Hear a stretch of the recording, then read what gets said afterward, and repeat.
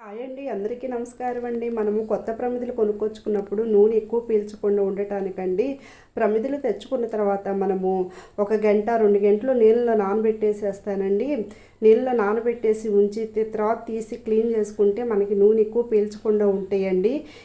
నేను మా పాప అంటుంది పాత ప్రమిదల గురించి చెప్పావు కానీ కొత్త ప్రమిదల గురించి కూడా చెప్పొచ్చుగా మమ్మీ అందండి. ప్రమిదలు కొనుక్కొచ్చుకున్నాం మేము. అంటే ఇళ్ళంట వస్తాయి కదండి, అన్ని షాపులకి వెళ్ళి తెచ్చుకునే కంటే ఇలా ఇళ్ళంట వచ్చే వాళ్ళ బండి వాళ్ళకు కూడా మనము హెల్ప్ చేసినట్టు ఉంటుంది కదండి, వాళ్ళకు రూపాయి వస్తుంది కదా. అందుకని ఇలా తీసుకున్నామండి. తీసుకొని ఇలా క్లీన్ చేసుకుంటున్నానండి.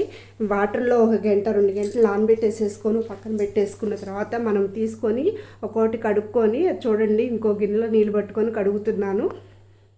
అలా కడుక్కొని వడగిన్నెలో పెట్టేసేసుకోవడమేనండి.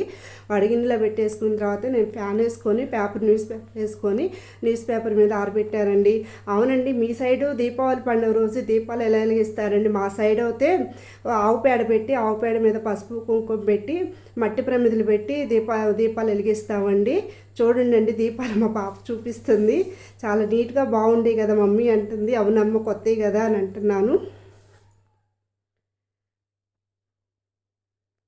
వీడియో నచ్చినట్లయితే లైక్ చేయండి, షేర్ చేయండి.